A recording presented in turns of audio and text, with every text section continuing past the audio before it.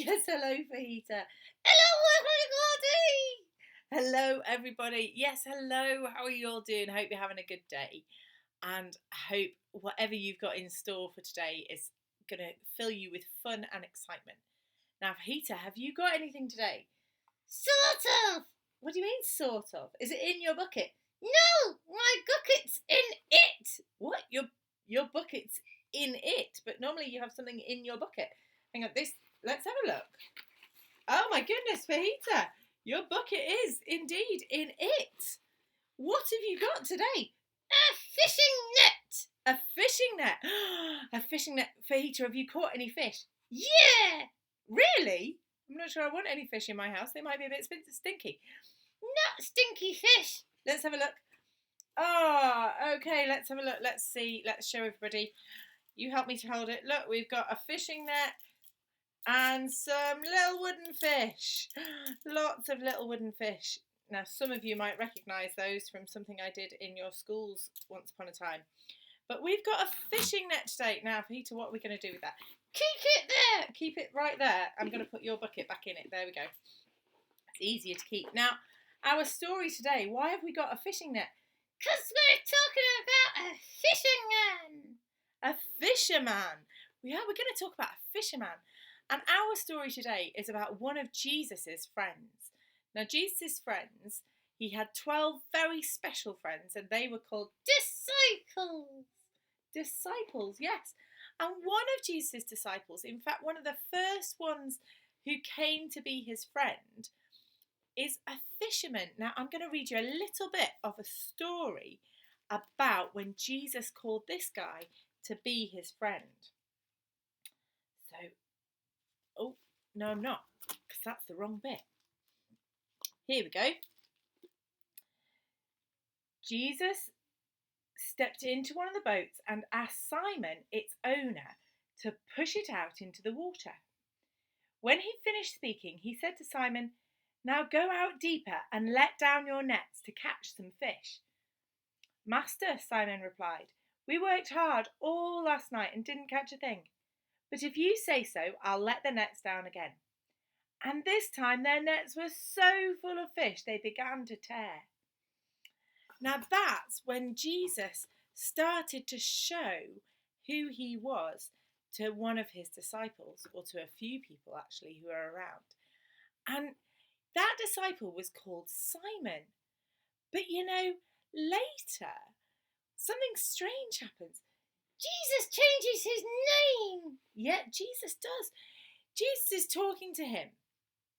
And Simon says that to Jesus that he is the Messiah, the Son of the living God. And then Jesus says, "You are blessed, Simon, son of John, because my Father in heaven has revealed this to you. You did not learn this from a human being. Now I say to you that you are Peter," which means rock, "and on this rock I will build my church." Now that's quite an exciting thing. His name had a meaning. It did. His name had a meaning. Now his first name, Simon, I've got this little book here that's called the Dictionary of First Names. And his first name, Simon, means, do you want to see? Hearing with acceptance. Yeah, hearing with acceptance. And that's what he did first, wasn't it? He listened to Jesus and he did what he said. But then Jesus says, "I'm going to change your name to Peter." And Peter means stone or rock. Yeah, stone or rock. Now, Peter started off as a fisherman and ended up as one of the most famous of Jesus' disciples. And Peter wrote some letters later in his life to other people who followed Jesus. And I think one of the things he says in one of his letters is really important for us at the moment.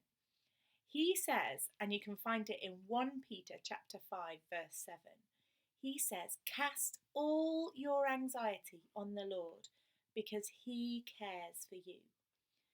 That's lovely. It is. It's one of my favourite verses in the Bible. It always has been. That whenever we're worried about anything, we can ask God to help us because he loves us. And that's what Christians believe, and that's what the Bible teaches us. Now, I wonder if you know what your name means. I wonder if you could find something like that, like a dictionary of first names, or something online maybe that tells you what your name means. Maybe you know already, maybe you don't, but it could be an interesting thing to learn. Fajita, what does your name mean? I don't know, it's a type of food. I know your name's a type of food. My name, Ruth, means loyal or friend. So I wonder what your names mean. Well, that's it for this week. I've made a worksheet for you to do to go along with all our stories. There's some drawing on it and a prayer on it that you could say, and some things to think about, some questions. And if you want to find it, I'm going to put the link down there in the box, but it's at www.niscu.org.uk/Eden. And you can find a worksheet and some fun activities to do all about our underdog stories this week. But we'll see you again very soon, and I hope you all have a lovely day. Bye now.